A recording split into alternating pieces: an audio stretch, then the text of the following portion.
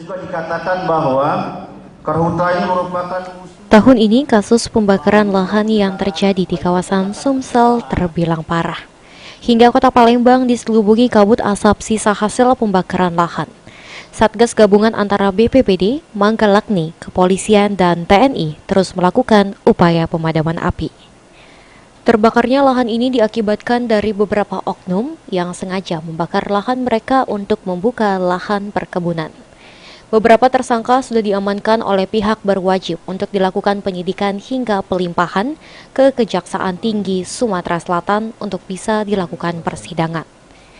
Kepala BPBD Sumatera Selatan Iriansyah mengatakan, dari pihak BPBD Sumatera Selatan selalu bekerja sama dengan Satgas dari pihak TNI dan Polri dalam pemadaman lahan kebakaran.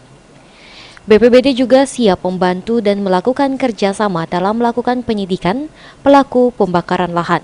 Jika dibutuhkan, BPBD akan selalu berkoordinasi dengan pihak berwajib dalam upaya hukum bersama kepolisian dan Kejaksaan Tinggi untuk penyelesaian kasus kebakaran lahan.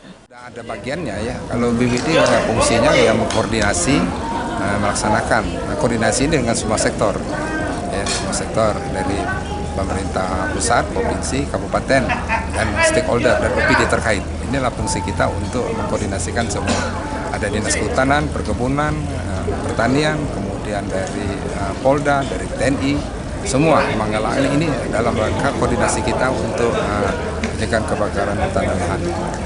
Kita didukung sebelumnya Bapak Gubernur, Bapak Pangdam, Bapak Kapolda untuk bersama-sama mencegah. Mardiansyah, PAL TV.